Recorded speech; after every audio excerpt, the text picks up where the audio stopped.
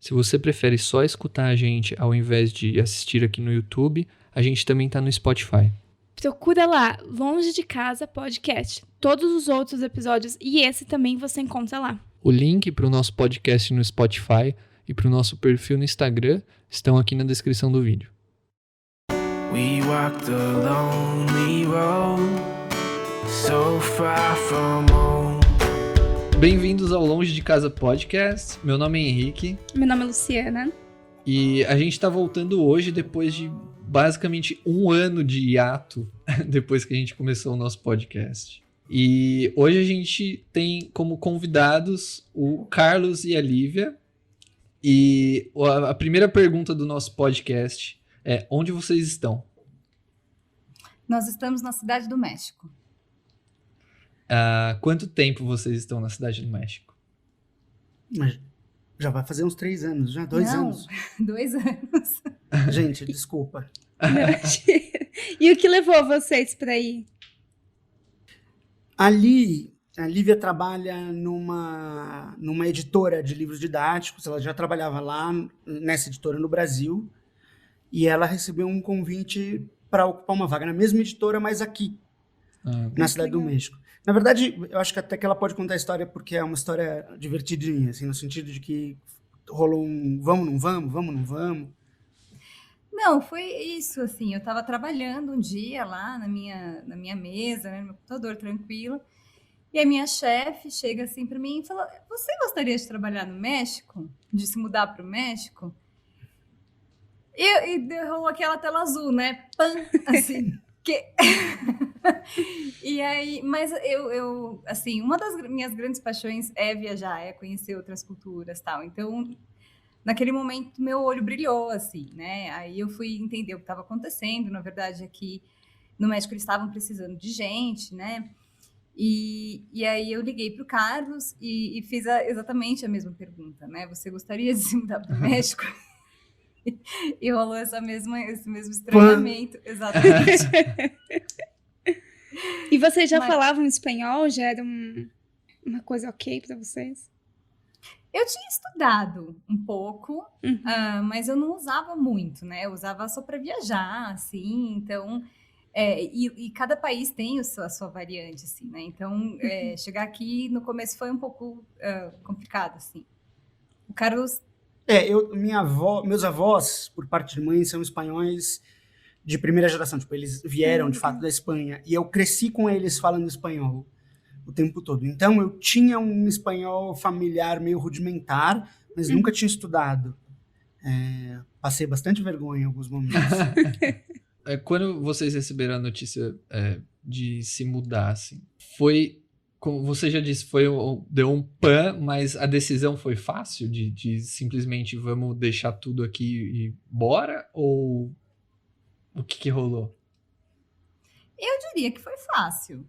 Nossa, foi muito fácil. Foi muito fácil. Foi tipo, muito... partiu.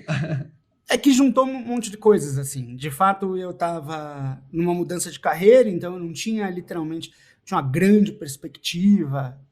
No Brasil, nossa, tinha acabado de sair de um emprego, quer dizer, não saí assim, naquela semana, mas era um estágio, eu sabia que ele ia acabar. Ali veio com a notícia e a gente não tinha nada que prendesse a gente pra caramba no Brasil, assim. E como ele falou, ali é apaixonada por viajar, eu sou apaixonado por viajar, então, bicho, nada segurava a gente. Não, mentira, tem uma coisa que segurava a gente, que é a nossa cachorrinha, que ficou com a minha mãe, porque eu achei muito arriscado trazê-la a um voo meio longo e tal. E elas se adoram, né? Minha mãe e a cachorrinha são absolutamente loucas uma pela outra, então acho que se eu trouxesse ela também ia agravar mais a tristeza da minha mãe. Então a gente acabou deixando ela lá e elas se fazem companhia. Quando vocês chegaram no México, qual foi o baque, assim, de tipo, começando do zero? E a segunda pergunta é: quanto estarem vocês dois juntos ajudaram vocês nisso? Porque eu cheguei sozinho, eu enfrentei muita dificuldade sozinho, e depois, quando a Lu chegou, ela me ajudou muito a enfrentar essas dificuldades. Eu cheguei antes, né? Eu vim antes porque, como eu que ia trabalhar, o processo todo começou por mim, né? Então eu cheguei, mas não cheguei muito antes. Eu cheguei uma semana, uns 10 dias antes, não fez? Não, quase um mês antes. Tudo isso? Sim, Tá bom, ele tá dizendo. porque rolou de vender as coisas. E o Carlos, coitado, ele ficou para trás também para cuidar dessas coisas, né? Porque a gente tinha um apartamento, Mobiliado. não um apartamento para vender Não. um imóvel, mas todas as coisas estavam dentro dele, né? Para vender e doar e tal. Então ele ficou para trás também fazendo essa parte, que é uma parte bem trabalhosa, bem chata, né? E aí eu vim antes. Não, assim, eu não sei, eu não achei que foi muito difícil. Talvez por conta da língua ser mais próxima, também o povo mexicano é muito parecido com o povo brasileiro em questão de receptividade, né? Um povo caloroso. Então, imediatamente, o zelador do prédio que eu estava, ele me levou, assim, para conhecer o bairro. Aqui fica o supermercado, aqui você precisa comprar um chip, me levou para comprar um chip de celular. Então, assim, foi muito legal. A gente ficou no Airbnb no primeiro mês, né? E aí, o dono do lugar foi me buscar no aeroporto. Então, assim, eu me senti, de fato, muito bem acolhida, né? Acho que não tivesse sido isso, teria sido mais complicado. Porque, de fato, assim, meu telefone não funcionou. Eu pisei no México, ele não funcionava mais. Meu chip não funcionava mais. E eu cheguei meio de, assim, meia-noite, sabe? Então, teria sido complicado. Mas acho que isso facilitou muitas coisas. E aí, nesse período que eu fiquei aqui sozinha, eu comecei a resolver algumas coisas burocráticas, né? Ir na imigração, comprar algumas coisas urgentes, assim. Mas eu também dei uma passeada, eu também fui conhecer alguns lugares e tal, e eu, assim, me senti bem, me senti confortável de fazer isso. Não sei como o Carlos se sentiu. Eu acho que vai por isso, vai por assim também. Tem esse lance de que a experiência já contava a experiência da Lívia, quer dizer, a Lívia já estava há algum tempo aqui, então ela falou, é desse jeito, não sei o quê. Tem uma coisa que é surpreendente chegar na Cidade do México, para nós, que não somos mexicanos, que é descobrir que não é laranja, que as coisas não são todas laranjas. Não tem bola de feno. Não é um mundo amarelo e deserto. Né? Exato. A gente tava falando não sobre isso até. A gente falou assim, não tem ideia de como tem que conversar sobre. Eu porque... tava muito assim, eu quero desmistificar a minha visão sobre o México nessa conversa, porque o que é o que você falou, assim, não é esse... Laranja com fena, porque é isso que a gente tem em mente mesmo, né? Não. A primeira coisa foi assim, tem essa, eu não sabia o que esperar também, né? A gente vê várias coisas do México e algumas delas condizem à realidade, apesar de exageradas, mas a maioria é um grandíssimo exagero. Principalmente quando a gente está falando de cidades como a Cidade do México, que é a capital, que é enorme num grau que é... Não, enorme e super moderna e super... Exato. Assim, tem tudo, né? Tudo que você tem numa grande cidade, como Chicago, como São Paulo, você tem na Cidade do México, né? E, assim, também, como no Brasil, você tem regiões da cidade que são mais perigosas, outras mais que pobres, são menos, né? Então... É isso, é muito parecido com qualquer outra grande cidade. É uma São Paulo, para quem está ouvindo do Brasil e conhece São Paulo, é uma São Paulo hiperarborizada. Sim, isso é uma coisa que eu gosto muito, inclusive, da Cidade do México, tem muitos parques. É uma São Paulo cheia de árvore. Aqui onde a gente, na nossa casa, por exemplo, a gente está a uma distância que dá para caminhar tranquilamente de pelo menos 4 parques. 4 parques. Então, 2 deles bem grandes. E é uma coisa que eu sentia muita falta em São Paulo. Eu acho que São Paulo é uma cidade que pode te sufocar, né? Porque é muito concreto. Para você morar perto de um parque, você tem que pagar muita grana de aluguel ou no imóvel e tal. E aqui não é o caso. Realmente, a cidade é mais planificada, assim. A gente está literalmente dentro da boca de um grande vulcão. Eu falei planificada, eu quis dizer planejada, gente. É planejado. Então não tem subidas e descidas, é uma cidade plana. Então, tem bastante... É bem legal. Eu super recomendo Eu conhecer a Cidade do eu México. sou muito fã dessa Eu sou cidade. muito fã dessa cidade. E a primeira impressão foi muito boa, é isso. Era uma cidade super urbana, mas os mexicanos têm uma recepção muito boa. Não é uma recepção tão festiva quanto a gente está acostumado no Brasil, mas é uma recepção muito calorosa, de qualquer forma. Tem a proximidade da língua e eles se fazem entender e aceitam entender. Não é como alguns... Fazer um esforço, né? Fazer um esforço, pra que haja ali a comunicação. E ali eu já conhecia e tudo mais. Meu maior medo era chegar e não ter o que fazer. Naquele sentido de, eu não fui com um emprego, eu não fui com o que eu vou fazer. Mas foi muito rápido. 2 semanas depois, 3 semanas depois, eu decidi me inscrever num curso de espanhol para aprender a falar espanhol de fato, ou pelo menos tentar aprender. E para conhecer gente. E para também, conhecer né? gente, eu Sim. conheci uma pessoa que precisava de dubladores. E eu falei, eu sou dublador. Era uma pessoa que estava precisando de dubladores em português para o mercado brasileiro. Eu falei, tá bom, então vamos. Quando eu vi, a gente estava super bem assentado, os dois trabalhando, e foi muito, muito tranquilo. Muito tranquilo. A Lívia tinha comprado um balde. Isso foi... As necessidades, aquelas necessidades que você esquece que você tem, né? Tipo, Não, eu cheguei... Você chega no Airbnb, não é feito para você ficar tanto tempo assim, né? Então, coisas de produtos de limpeza e tal, tem, mas tem pouquinho, tem uma coisa ou outra. Então, é uma das primeiras coisas que eu comprei. A gente tinha... A primeira coisa que a gente teve no México foi um balde. Depois a gente comprou uma luminária e foi isso, sabe? Essas coisas que você fala, bicho... Mas foi muito tranquilo, foi muito tranquilo. Vocês já falaram a primeira impressão da cidade. E agora, 2 anos depois, se alguém for para a cidade do México, aonde vocês levariam essa pessoa? Bom, Uau! a gente não precisa nem pensar muito para esse Uau! porque nós, infelizmente, por conta da pandemia, faz 1 ano, né, que a gente está trancado em casa, mas antes disso a gente teve 1 ano para poder usufruir assim, da cidade, e a gente recebeu 3 visitas, né? Então, Inclusive, um parente. Meu irmão. Isso. Exato. Então a gente recebeu os meus pais, a gente recebeu os pais do Carlos, e a gente recebeu 2 grandes amigos, que são o Kleber e o Gui.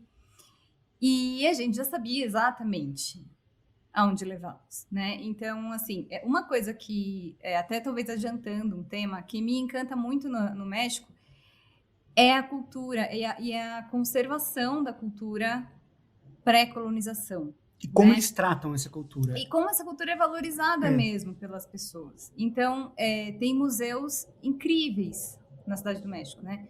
Então, o museu de...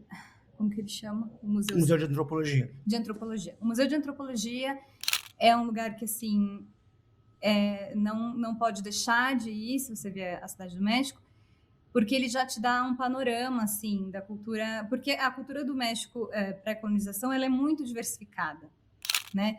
Mas esse museu já te dá esse grande panorama, assim, e tem peças maravilhosas. É lá onde está o famoso calendário maia, que na verdade não é um calendário maia. O calendário maia, que na verdade é asteca e não é um calendário. E não é um calendário. Ele é um... Como é que eu vou explicar? Ele é meio que um palco para batalhas. Para luta cerimonial. Para lutas cerimoniais, exato. Era um ringue de UFC dos astecas. Exatamente. E ele nunca nem foi usado, porque Não, quando ele estava terminando de ser feito, ele quebrou. Exatamente. Ele nunca foi usado. Então, ele foi encontrado em maravilhoso estado de conservação. A gente foi lá 3 vezes. Não dá para ver num dia. Não dá para ver num dia. Ele é muito grande. E é bonito por si só. E tem uma coisa muito interessante, vale a pena comentar. Na frente do museu, para todo mundo que vier na Cidade do México, na frente do museu tem uma espécie de um poste. Ah, é verdade. Muito alto, onde ficam os homens voadores. Os homens voadores, que são os caras que se penduram numas cordas e ficam girando e se amarrando no poste. Eles têm shows de hora em hora, então você tem que ir. É muito legal ver. Dá um medinho. Dá um medinho. Né? E eles ficam tocando instrumentos. Então, eles estão ali pendurados naquele de ponta cabeça. Que é uma tradição, assim, pré-colombiana. Então, eles ficam lá amarrados pelo pé nesse poste, tocando instrumentos. E girando e descendo, né? Conforme eles vão girando, eles vão descendo. E é muito impressionante. É muito impressionante.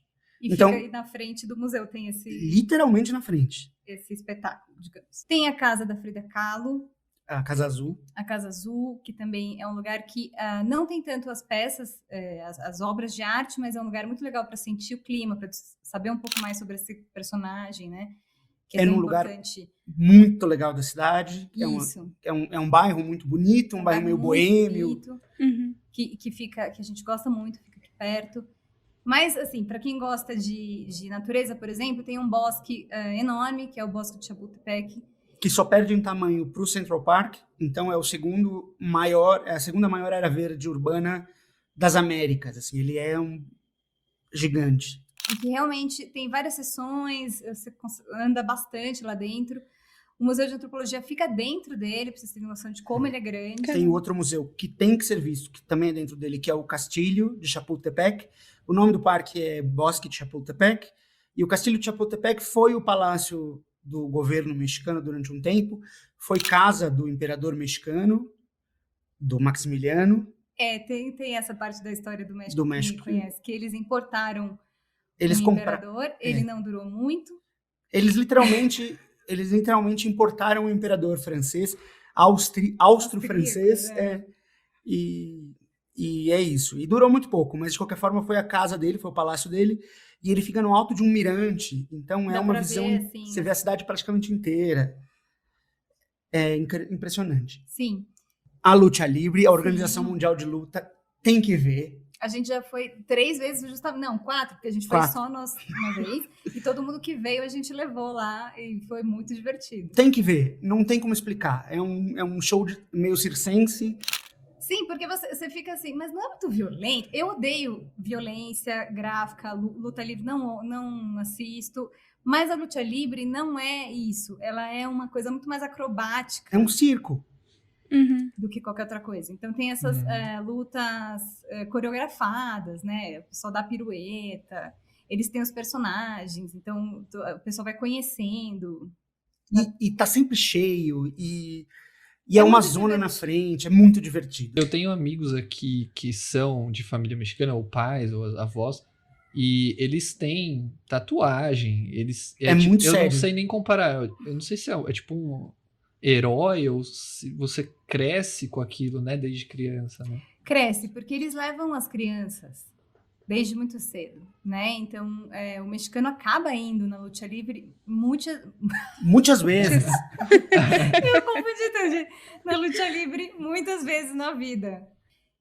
Mas também tem lugares fora da cidade que, sei lá, com uma viagenzinha de 2 horas, Duas horas, você consegue visitar, e que também são cidades menores, mais históricas, assim, com uma carinha mais de pueblo, como se diz aqui, e que também são muito legais de visitar. Por uma questão para você se impressionar, é Teotihuacan, que é uma cidade teotihuacana, é de um povo pré-hispânico.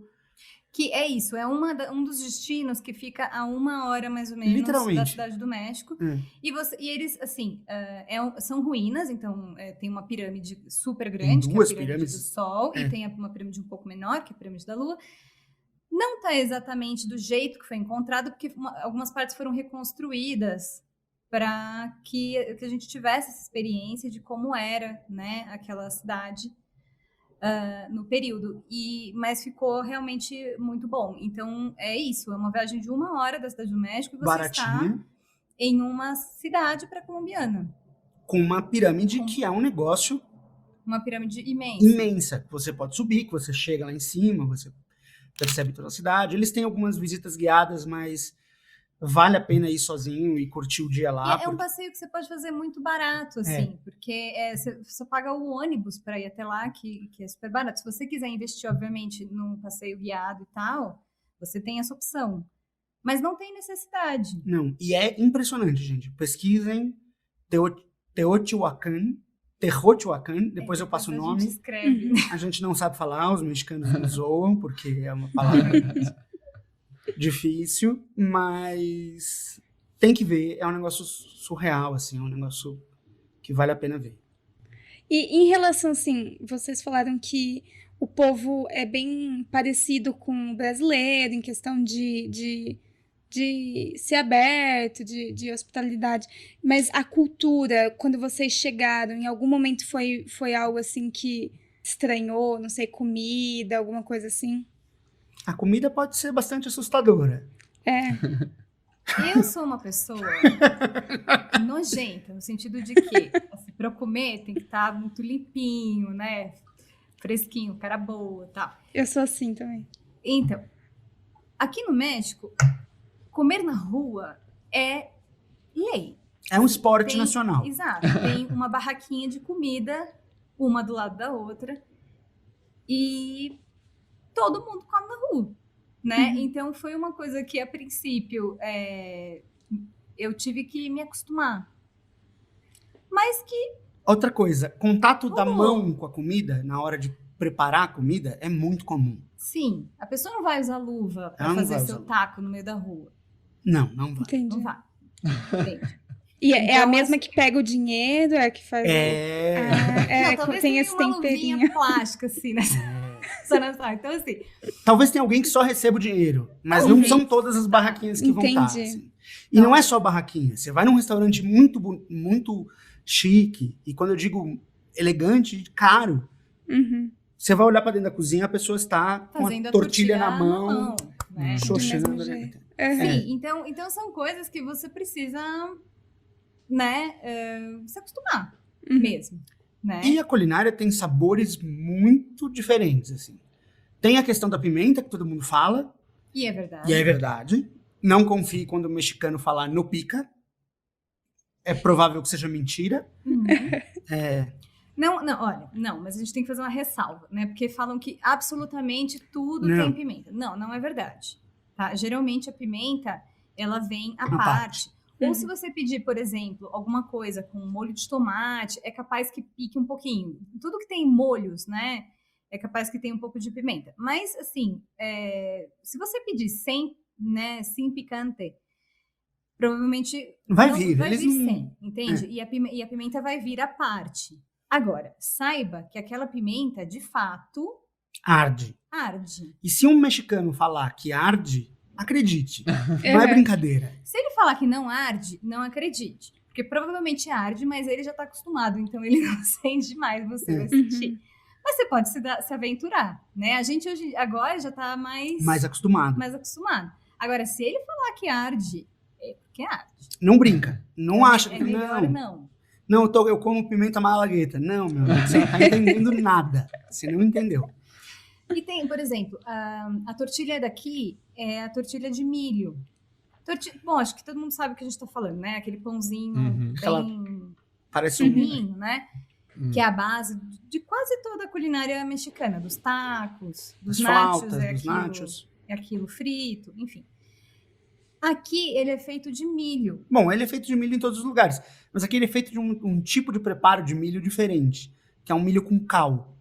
Que tem um nome também super específico. Mixilizado. Mixilizado. Isso.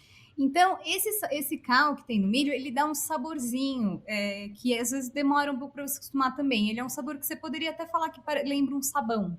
assim. Ele é meio saponáceo de sabor, assim. Exato. Uhum. Então, tem gente que não gosta. Por exemplo, minha mãe não gostou da tortilha daqui, eu acho que a sua mãe teve problemas também. Minha mãe não gostou também.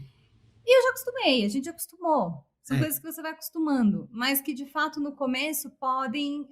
Não, porque a gente tá, por exemplo, no Brasil, você tem a comida do senhor, né? E você acha que você vai chegar no México, a comida do México vai ser a comida do senhor. Não vai. A comida do Sim. senhor é muito mais estadunidense, muito mais americana, É. texana do que mexicana. Quando meu irmão foi, ele mandava umas fotos dos cafés da manhã e tal. E eu tava assim, o que é isso? Eu nunca vi. Eu achei que eu comia mexicano aqui, mas não Não. existe. Não. Aí eu Não, é eu não bem sei, diferente. eu não lembro o que eu perguntei pra ele. Você comeu não sei o que? Ele falou, não tem isso aqui. Aí eu falei, é tipo um temaki que eles falam que não é só no Brasil que existe, né? Aí eu Uma falei, coisa então que- é uma farsa que eu vou no mexicano aqui em Chicago. Uma coisa que tem em muitos mexicanos, tem inclusive no Taco Bell, que é bem famoso, que é o burrito, Uhum. E todo mundo fala, burrito. É muito difícil de achar aqui, gente. Meu Deus. Caramba, eu não sabia Não- disso. Não é que não tenha. Tem. Mas não é comum como você imagina Não. que seja comum.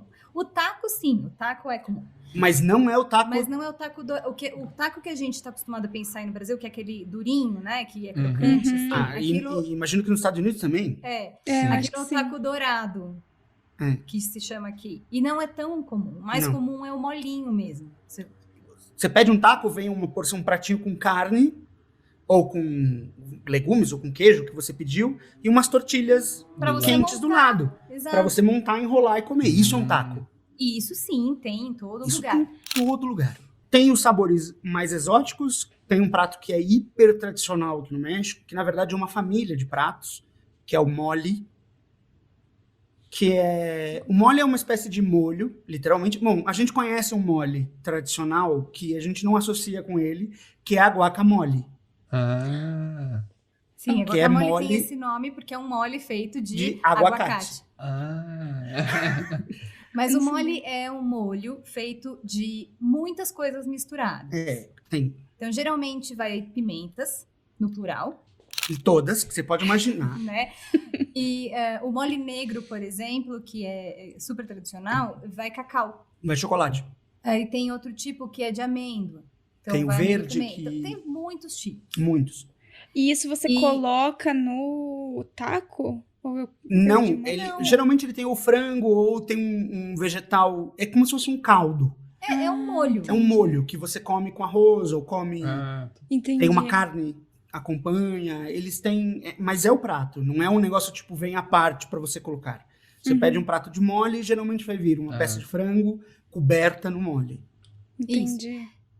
Grilo. Não sei se vocês já ouviram falar, mas come-se grilo no México. Come-se tinte, que é Não uma é espécie tão de. comum. Não é tão comum assim, mas... Aqui na Cidade do México não é comum. Tem em lugares do outras México cidades, que. sim. Mas se come ele fritinho, assim, como um aperitivo, sabe? Ou, de repente, como uma farofinha, fazem uma farofinha. Não é muito diferente das formigas Do fritas Issaim, de no, Minas. no norte do Brasil. É isso, ele fica fritinho e ele é salgadinho, na verdade. Vocês ele tem comeram? gosto de sal. Sim. A gente experimentou. Não experimentou. Ah, Hoje em dia, legal. a gente vale dizer que a gente não tá comendo carne, Quase. praticamente. Uhum. Então, é um pouco mais desafiador, porque a culinária mexicana, ela é muito baseada na carne. Uhum. Mas agora a gente tá, especialmente durante a pandemia, a gente tem cozinhado nossa própria comida, né? Então, Mas assim, você consegue encontrar coisas que, se você tem uma alimentação mais delicada, se você não gosta de sabores muito fortes e tudo mais, você consegue encontrar sabores que você consegue comer, coisas que você consegue comer. Tem muita coisa com queijo, essa tortilha pode ser difícil, mas eles substituem por tortilha de farinha. de farinha branca, então você pode comer. Tem uma coisa, para as pessoas que gostam de carne, tem uma coisa que nós, no Brasil, temos um certo preconceito, que é o churrasco grego, mas que, por exemplo, nos Estados Unidos, o shawarma deve ser famoso, porque é uma coisa que É aquele tronco de carne, Aquele né? sim, Que você sim, já sim. viu na Praça da Sé? Então, aqui chama ao pastor, al pastor. E é muito tradicional. da Cidade do México. É muito Então, tradicional da Cidade do México. Então, assim, em restaurantes, se é um restaurante de taco, você vai ver um tronco de carne que eles vão ficar cortando a carne dali. Ou, às vezes, na cidade, de repente, você pode até ter um carrinho com aquilo ou uma banquinha com aquilo. É muito comum. é uma cidade muito cosmopolita, então você vai encontrar comida japonesa, você vai comprar fast food de todos os tipos. Evidente que comida japonesa é um esquema meio... Tem essa coisa que a gente fala que os brasileiros estão entrando em guerra com o Japão. com o Japão, é porque a gente não fala do México, mas Não. o México foi muito mais fundo Mas nisso. é a mesma coisa. Da mesma forma que Tem a gente coloca Sushi goiabada com mole? no sushi, Tem eles colocam abacate no sushi. em todos. Eles Tem colocam... sushi de carne. Tem sushi de carne ao pastor, Aham. É que nem Então, o morango assim- com Nutella, né, em São Paulo. Que você é arroz, a alga, morango e Nutella. Que não faz sentido Isso. algum. Isso. Tem as versões mexicanas. Tem as versões mexicanas, que é com abacate, com alguma geleia de pimenta, alguma coisa que eles gostam. Vai ter. Tem um restaurante que a gente gosta de comer, que a Lívia pediu uma vez um temaki. O que você falou, temaki só no Brasil, mas aqui tem. Não é muito comum, mas aqui tem. Ela pediu um temaki e a gente queria um temaki, quer dizer, arroz e o peixe. Arroz, salmão e alga. talvez cebolinha. Não, era uma floresta. Era arroz, salmão, Muito pepino. pepino, abacate, manga, ricama, que é uma espécie de fruta que eles têm aqui. É como se... A jícama é um tubérculo, não é uma fruta. É como se numa noite de amor muito tempestuosa, maçã e batata transassem e tivessem um filho. Essa é a jícama. Essa é a jícama. Ok. É uma batata com gosto de maçã. Mas- Mas é muito boa para ela fazer lanche, É gente. muito boa, é muito boa. Porque é muito você boa. corta ela assim em fileirinho, em pedacinhos e come com um limãozinho assim, ela é excelente para. Outra coisa que é bom avisar melhor que sobre o maçã. México tem pimenta em tudo. Quando a gente fala tem pimenta em tudo, não é porque vem pimenta em tudo, mas todo prato eles põem pimenta. Eles põem pimenta na raspadinha, eles põem pimenta Isso é muito na isso é muito fruta. interessante. Eles Sim. põem pimenta em todo. E vale uma. No primeiro dia que o Carlos chegou aqui na Cidade do México, ele foi comigo na imigração, que eu precisava pegar justamente minha identidade. E na frente da imigração tem uma galeria, que ele, inclusive é um lugar muito legal de visitar, que chama Galeria Antara. E aí ele viu um copo cheio de uma coisa super colorida para tomar, assim, e ele Eu ficou adoro esse tipo de animadíssimo, coisa. né? Tipo uma raspadinha. Porcarias coloridas, é comigo. Já era uma raspadinha de tamarindo, já não era qualquer coisa. Já era. Que ele também ficou, nossa, tamarindo, né? Ficou animado com as do Chaves. Uhum. Vou tomar uma coisa... Gente, tamarindo é azedo, saibam. Azedo. Muito azedo, amarra a boca. Você pode provar? Claro que pode, mas saiba disso. Enfim, aí o rapaz perguntou, quer que coloque lá? Chamoy. Chamoy, isso. Quer que coloque chamoy? Ele falou, quero. Muito animado, né? Quero. A hora que ele foi tomar, o chamoy é um molho salgado. É uma pimenta doce. É tipo Que uma não é pimenta. doce, é salgada.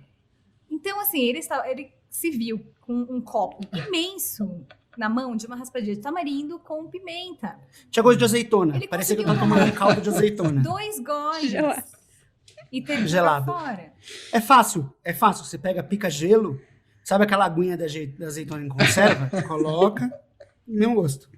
Então, isso é bem comum. Eles adoram colocar, por exemplo, na cerveja.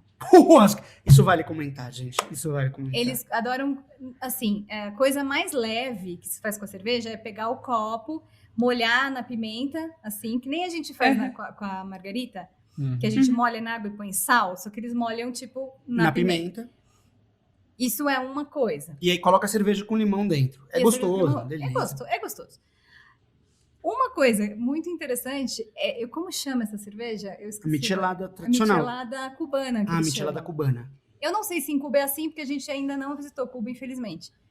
Mas a michelada cubana, ela consistia em cerveja com clamato, que é um molho De tipo tomate.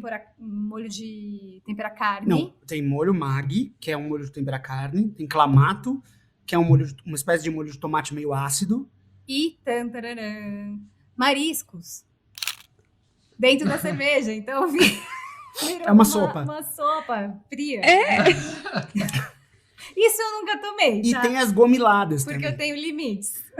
As gomiladas também. E é são- gelado. A Gelado? cerveja é gelada. É gelado. Não é que nem no Brasil, mas não Uhum. é como nos filmes americanos, que a pessoa pega, compra a cerveja, deixa o pack em cima da... Negócio, toma quente. Não, é geladinho. Nada é muito gelado Mas aqui, é viu, muito gente? gelado. E tem a gomilada também, que é uma cerveja com goma. Com balinhas Bala de goma. É. Eles adoram colocar Coisas na cerveja. Mas a michelada, sim, mas a michelada tradicional, que é só com sal e limão, É é gostoso. muito gostosa. Gostoso. Uma aventura, com certeza, se aventure gastronomicamente na Cidade do México. Vale a pena, assim. Ainda mais se você não tem nenhuma restrição Aí alimentar. seja feliz. Vocês mudaram muito a cultura brasileira que vocês já tinham, meio se adequando a essa cultura do México, também em comida, bebida, o jeito de fazer as coisas?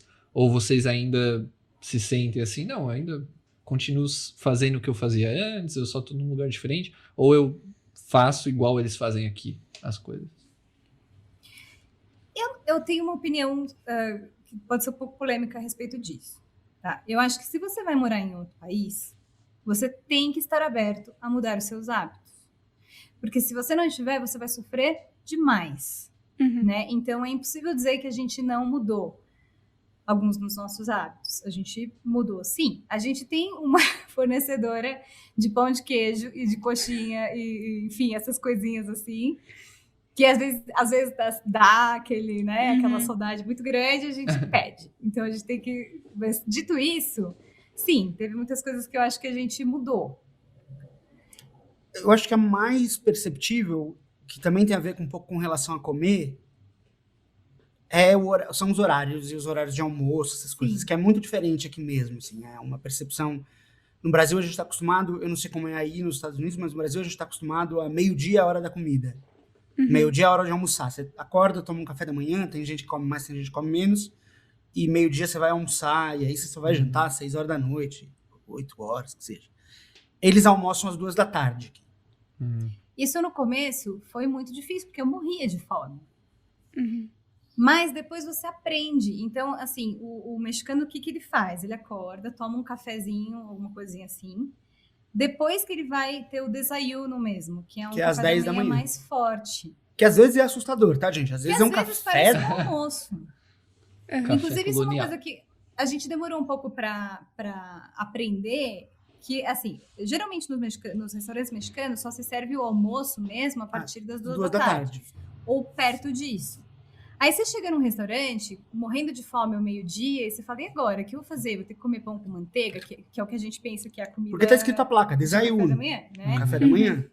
Não, gente, você consegue tranquilamente comer chilaquiles, que é uma comida deliciosa que tem aqui, inclusive, que são tipo os nachos, que a gente conhece, banhados em molho de tomate verde, geralmente. Com queijo. Com queijo, com creme de leite, assim, e pode acompanhar carne ou não. Ou ovo. Pode acompanhar frango, se você quiser, enfim. Isso é uma comida de café da manhã. Então você pode chegar ao meio-dia no restaurante e almoçar uma comida de café da manhã, entende? E almoçar tipo, ai, não aguento mais comer. E comer muito, né? Então a gente meio que aprendeu isso. Então a gente geralmente acorda, toma café, faz um lanchinho da manhã e aí às 2 da tarde a gente come. E às vezes nem janta, sabe? Né? Então, e a gente acostumou, a assim. gente acostumou. Eu acho que seria até complicado voltar ao antigo hábito de almoçar tão cedo. Né? Mas de resto, os hábitos, de certa forma, são muito parecidos, assim. Tem essa questão de que nós brasileiros, a gente não se aceita muito como latino, mas de fato nós somos latinos, então tem hábitos muito parecidos em muitas coisas, assim. O jeito, então, essa coisa do atraso ou do não atraso, que todo mundo fala do brasileiro, é muito parecido. Tem uma coisa que é muito típica do mexicano, que é o ahorita. Ahorita é um conceito. Ahorita é todo um conceito de que alguém fala pra você, você fala assim, você vai chegar agora em casa? Ele fala, ahorita vou, ahorita tô aí. Que é algum período entre 5 minutos e 2 dias. Ahorita é um estilo de vida. Ahorita é um estilo de vida. Mas que não é muito diferente do brasileiro, da gente, né? Naquela coisa do carioca, do que, não, tô indo, e não chega. E a pessoa tá tomando banho. E a pessoa tá tomando banho. Mas eu acho que isso foi muito legal pra mim. Saindo de São Paulo, em São Paulo a gente é muito pilhado. Coração peludo.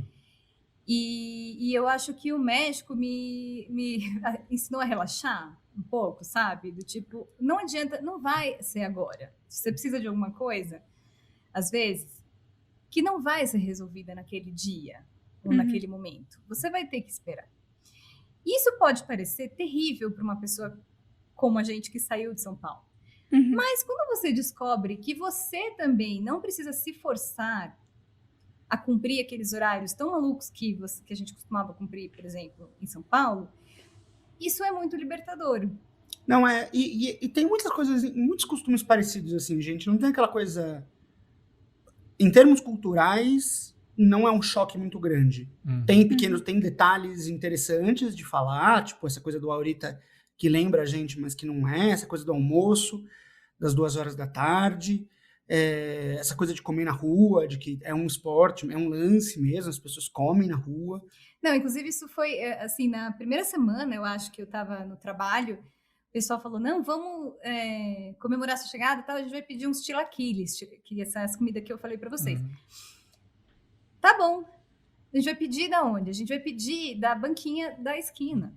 Entende? É comida de rua. Você pode pegar e levar para comer dentro do refeitório da sua empresa, mas continua sendo comida de rua. Uhum. Então, essas coisas você, de fato, precisa abrir o coração, sabe? O hábito de você pedir um prato, o hábito de você... A gente só tá falando de comida, né? É muito difícil não falar de comida falando México. Imagina a pessoa ouvindo isso. Não, e Com certeza os estará mexicanos comendo. são, sim, muito orgulhosos da sua culinária, com razão. Então, por exemplo, é muito comum você pedir um prato qualquer que seja e vir uma porção de tortilha. Que no começo você não entende muito bem aquilo. Você pediu uma macarronada, você não entende o que a tortilha tá fazendo lá. E depois de uns dias você tá pegando a tortilha e colocando macarrão no meio, fazendo um taco. Isso já é demais pra mim, mas passar no molho, assim, pra pegar Passar no aquele vidro, molho. aí sim. Uhum. Isso foi interessantíssimo, porque a gente demorou para descobrir que era tortilha, porque tem uma coisa que chama tortilheira, que é uma bolsinha de tecido. Que Ou de plástico. Assim. Não, mas geralmente é de tecido, que eles esquentam a tortilha na chapa e tal, e colocam ali dentro para não esfriar. E aquilo fica na mesa. Então a gente demorou para descobrir que tinha tortilha ali dentro. Mas geralmente tem. Na mesa mexicana sempre vai ter uma tortilha. E tem essas adaptações que também tem a ver com culinária, mas acho que vocês também estão passando por isso, de estar acostumado com tal feijão. Você não encontra fácil, você encontra outra coisa. Uhum. Você está acostumado em pedir um prato feito e vem arroz, feijão com alguma coisa. O conceito da mistura não é uma coisa fora do Brasil, né? Ah, tem essa marca de coisa que eu gosto, que você não encontra, você encontra uma parecida. Mas de resto é muito similar, E é o que eu estou falando, eles são um povo muito, é o que a gente falou várias vezes, eles são um povo muito receptivo. Então, se você falar, vou almoçar meio-dia, eles falam, vamos almoçar ao meio-dia. Não tem essa coisa de, não, tem que viver como aqui. Não, eles vão na sua. Eles estão dispostos, assim. Legal. E o clima? Eu imagino que seja quente, mas vocês estão... É uma altitude? Foi alguma coisa assim que também deu um choque? Alguma coisa assim? Como é que foi? O México é o seguinte. Nas terras altas, faz frio. Isso é interessante Neva aqui de no saber. México. Né? Não Então, sabia. no estado de Chihuahua, por exemplo, que fica perto da fronteira, neva e neva feio.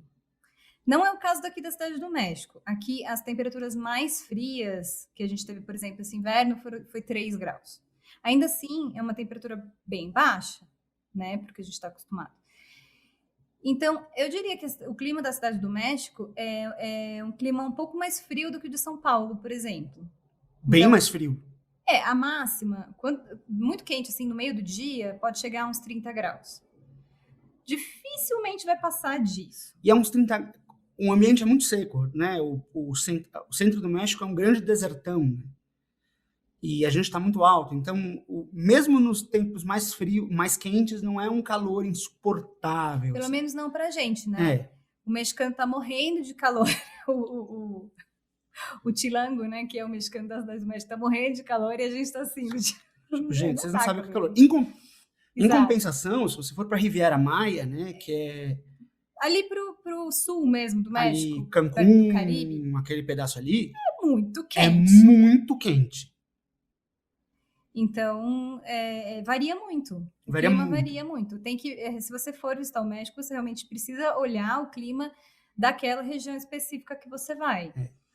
A Cidade do México tem essa questão de ser muito seco e o ar é ruim porque também é seco e é uma cidade hiperurbana que está enfrentando problemas de poluição o tempo E é uma todo. cidade que está cercada de montanhas. É uma e panela. vulcões. Então, acaba formando uma bacia mesmo, sabe? É. Então, a poluição, de fato, se concentra. Isso é uma coisa, se eu fosse dizer assim, uma coisa que foi um pouco difícil para mim a adaptação, e ainda é isso, a qualidade do ar. Apesar de ter saído de São Paulo, né, que não é nenhum campo florido, o ar é mais úmido, né? Fica mais fácil. Aqui nosso nariz sofre. A respiração pode sofrer um pouco por aqui. E tem aquela coisa que eu não sei como é em Chicago, eu não sei se vocês têm essa questão, mas nós brasileiros não estamos muito acostumados com a ideia do chão tremendo sob os nossos pés. Aqui não. É que não tem. Aí não. Aqui tem, e é verdade. E pode ser Não é sério. tão comum, Não é tão comum. mas acontece. Mas acontece. E tem aquelas coisas de você não tá acostumado a olhar pro lado e tá escrito zona sísmica. Fique aqui.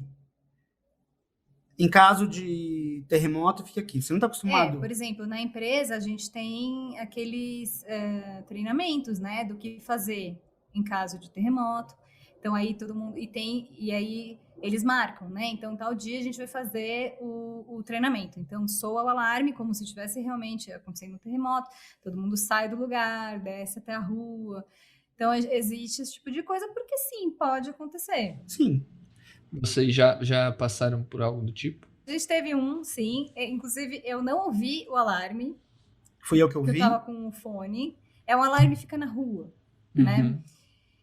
O Carlos que ouviu, aí ele foi me chamar no escritório e falou, desce, vai tremer. Porque ele geralmente, o que acontece? Não tem nenhuma falha significativa na Cidade do México. Então, quando vem um terremoto que se sente aqui, ele vem de outras regiões do México, que tem falhas realmente importantes. Então, geralmente, eles conseguem acionar o alarme antes de o tremor chegar aqui. Pelo menos um minuto. Pra Antes. avisar. E te dá tempo de você descer para a rua, por exemplo. Uhum. Né? Dependendo de onde você estiver. Tem prédios que são muito grandes, muito altos, que a indicação é Não descer, não tentar sair realmente, não tentar sair.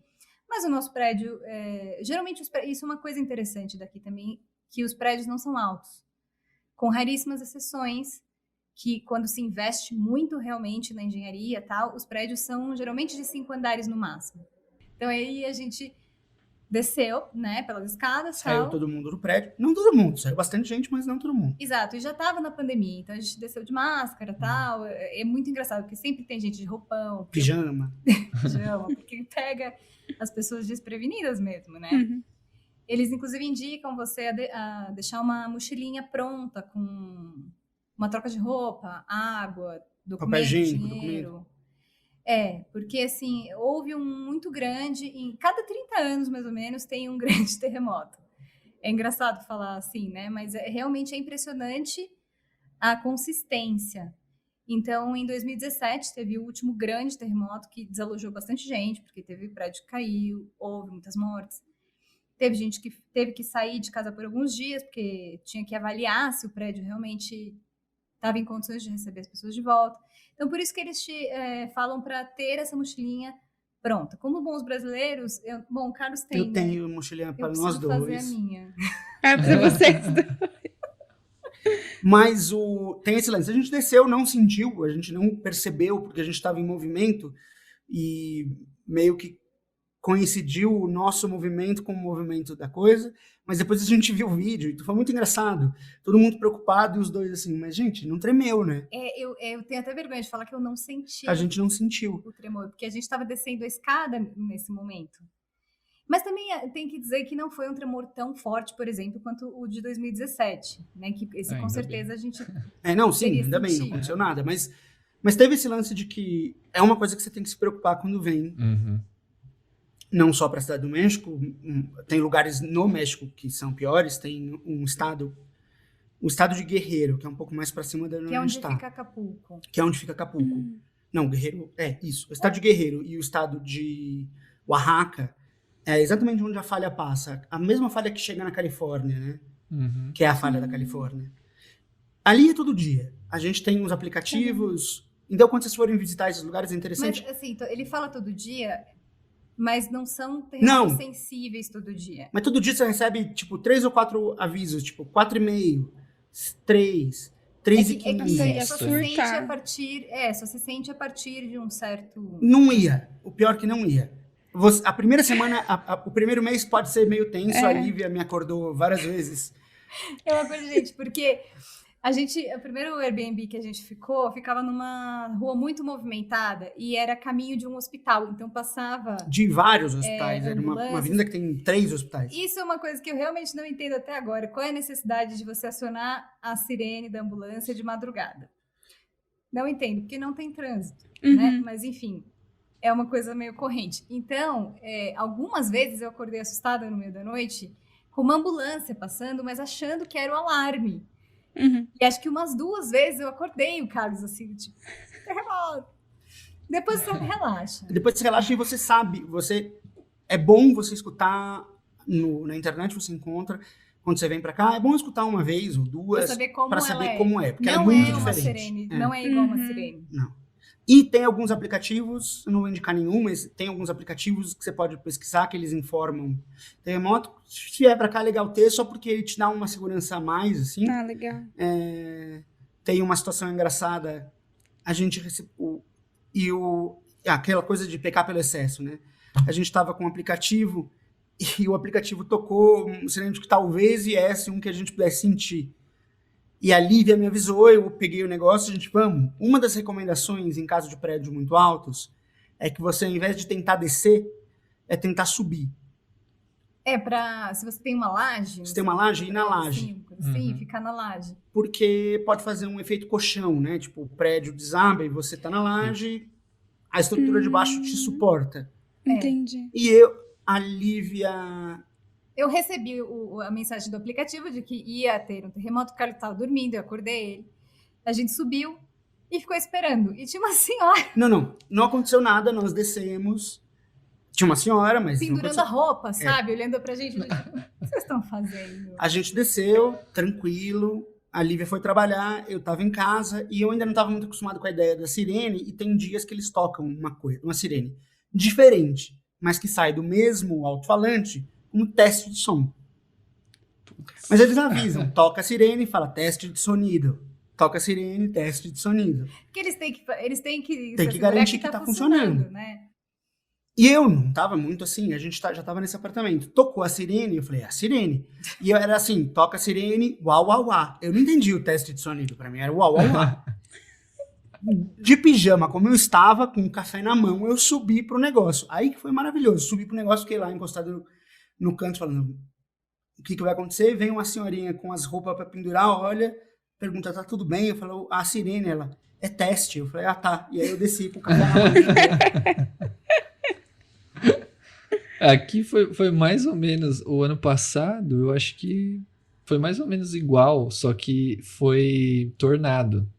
Ah, sim. E meu, a gente morava no 2º andar. O ano passado a gente mudou pro 21º. Então, assim, o céu começou a ficar preto em 5 minutos. E foi mais ou menos igual. Eu falei, eu não vou ficar aqui, eu vou Porque descer. ele tava sozinho. Eu vou descer. E eu saí pela escada, não vou pegar elevador, pela escada. 21, Cheguei lá embaixo, 21, dando uns... Né, nada tá acontecendo, tô tranquilo. E todo mundo assim, andando pra lá e pra cá, e eu tava assim... Tipo, passando... A TV simplesmente ligou sozinha e começou a apitar. Tornado, a TV. Eu falei, meu, Não, e foi abrigo, sei feio. lá, vou pra algum lugar. Foi relativamente E- feio. Não, foi assim, bem pesado Porque normalmente não chega aqui em Chicago. Porque na cidade. né? no ano anterior, em 2019, teve um aviso. E assim, eu sou muito assustada. E assim, eu fiquei em choque. O Henrique falou com os amigos dele, tipo assim, como é que é? Eles não chega, fica tranquilo. E eu passei o dia assim, com muito medo. E no fim só choveu o dia inteiro. Nesse, eu acho que a gente já tava mais tipo assim, não chega. Não chega. Só que chegou. E assim, E foi assim. Ele passou, o tornado mesmo passou acho que uns 2 bairros, uns 20 quarteirões pra cima de onde a gente mora. sim. Então aqui foi bem forte, assim, né? Foi tipo sei lá, não sei explicar. O céu ficou preto e uma nuvem muito densa, assim. E eu desci na escada lá correndo, cheguei lá embaixo, tava todo mundo normal. Eu fiquei tipo, Não, eu tava dentro do carro. não sei o que tá acontecendo, eu vou ficar aqui um pouco, sabe? Eu tava dentro do carro com uma amiga e assim, eu comecei a entrar em desespero, porque voando assim, tudo que você pode imaginar e a gente no carro. E eu falei assim, meu, morri Que loucura, e já era, porque hoje que eu não tô preocupada, aconteceu mesmo. Mas são coisas que a gente não pode controlar, né? E é legal Não. saber disso vale antes de ir. lembrar né? que no Brasil tem chuvas e inundações que a gente não classifica como desastre natural, Sim. porque não quer. Porque Sim. são desastres naturais, né? A gente mostra as imagens de uma São Paulo debaixo d'água, como a gente está acostumado a ver, para os nossos amigos mexicanos, eles falam, como é que você pode morar lá? E a gente fala, a terra treme, camarada. É muito Exato, pior. então você acaba acostumando com o seu desastre Sim. natural, Natural. né? O desastre Total. natural da sua região. A terra treme de Sim. vez em quando. A chuva no Brasil é todo ano. Sim, se você for comparar o número de óbitos, né, por causa das chuvas, das inundações no Brasil e dos terremotos aqui, muito provavelmente as inundações ganham de lavada, Uhum. né, com perdão do trocadilho. Eu não tinha pegado. E aqui tem essas coisas. Então a gente. É uma coisa pra quem tá vindo, mesmo pra ficar um pouquinho. Você tem esses detalhes só pra você ficar tranquilo. Porque é evidente que em algum momento eles vão te falar. Você vai estar no museu e alguém vai falar, siga por aqui. E você fala, por que siga por aqui? Porque tem uma rota certa pra você entrar. Porque se você precisar sair por causa de terremoto, tem que ter uma rota vazia. Isso é muito interessante. Quando você está num museu ou num lugar de visitação, geralmente eles vão te falar para você seguir uma determinada rota, seguir as flechinhas e tal. E você pode não entender por quê, mas é por causa disso. Se precisar evacuar aquele lugar rapidamente, eles precisam que as pessoas não fiquem trombando uma nas outras, né? Caramba. Então, por isso que você entra por um lado, sai Sai pelo pelo outro, tal, que é para facilitar Uhum. esse caso precise fazer isso. Você vai ver lugares com um homenzinho verde pintado, falando zona de sismo, que é onde você pode ficar, é um Que é mais ponto de seguro. encontro, que é mais seguro, porque as estruturas ali. Sim, tem pontos de encontro. Então, por exemplo, isso até é legal, né? Assim, espero que não precise, mas você pode combinar. Caso aconteça alguma coisa, a gente se perca, a gente não consiga se falar, a gente se encontra aqui. E aqueles pontos de encontro, eles geralmente estão longe de estrutura, tipo, estão em janelas de estrutura. Ou a estrutura é baixa, então se ela cair também não tem nada grave, ou a Ou estrutura ela é muito sólida. ou é muito sólida, ou tá numa zona de segurança, tipo um pilar, essas coisas que são... Então tem esses lugares, você vai ver. E para não se desesperar, é melhor assim, vai, escuta uma vez a sirene, umas 2 vezes a sirene, Dê uma olhadinha no que você deve fazer. Não custa, não custa, né? não custa. Mas Preventivo. acostuma. Chega uma hora que você fala, ah, ok, é isso aí. E as pessoas vivem. Esse é o lance. Tipo, não é um negócio de que você fica, meu Deus, você ficou o tempo inteiro falando, vai acontecer. Não, as pessoas vivem. Tem o vulcão aqui do lado, querido, nosso querido Popo. Tem. E aí, de vez em quando, ele resolve. Assim, não tem. Aqui nessa do México não chega, registro de uma grande erupção dele. Mas, de vez em quando, ele solta fumaça, cinzas. E é uma Aí visão... cancelam as aulas, acontece. É uma visão linda, gente. É uma visão linda. Ele é muito bonito. Tem uma cidade aqui perto que chama Puebla, da Estrada do México para Puebla, você vê ele de frente, assim. Então é impressionante.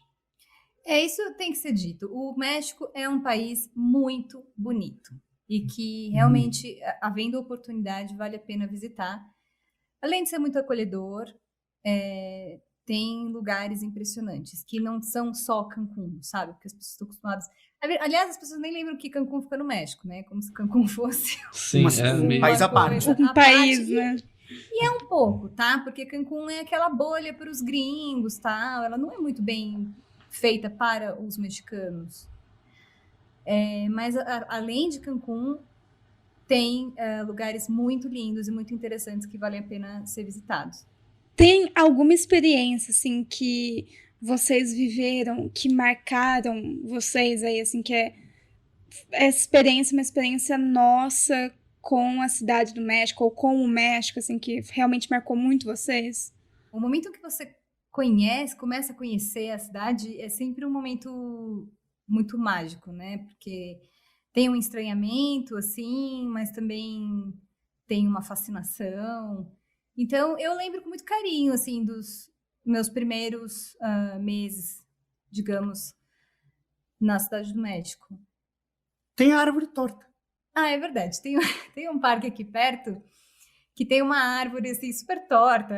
Ela cresce meio, o tronco quase no rés do chão, assim, e eu adoro aquela árvore, porque aquele foi o primeiro parque que ele ficava muito pertinho do primeiro Airbnb que a gente ficou, e a gente sempre ia. Eu, antes até do Carlos chegar, eu já ia lá.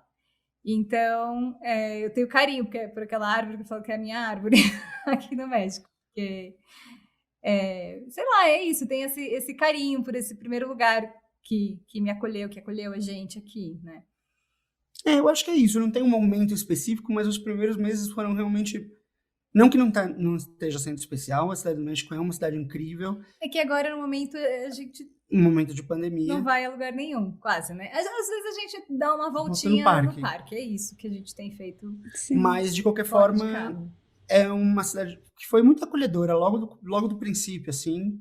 É uma cidade hiperurbana, então pra gente que está acostumado com esse ambiente hiperurbano, não vai ter nenhuma dificuldade de se adaptar à cidade, ao clima da cidade.